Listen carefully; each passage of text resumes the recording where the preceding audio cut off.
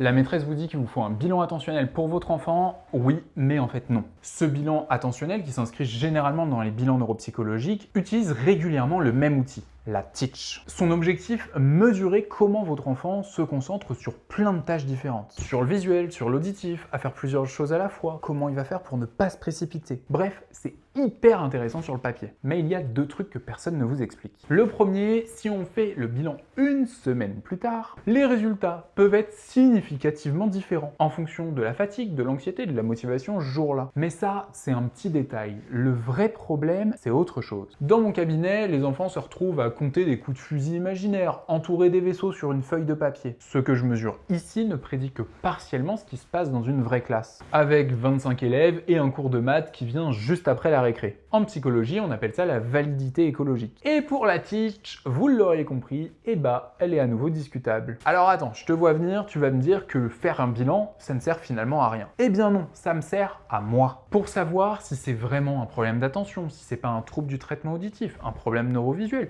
ou encore un problème de compréhension de consignes par exemple. Bref, il est utile pour faire le diagnostic différentiel. Parce que problème de concentration, c'est rarement juste de la concentration. Mais alors, du coup, comment j'évalue vraiment les capacités d'attention d'un enfant? Promis, je te donne la réponse bientôt. D'ici, je te laisse réfléchir.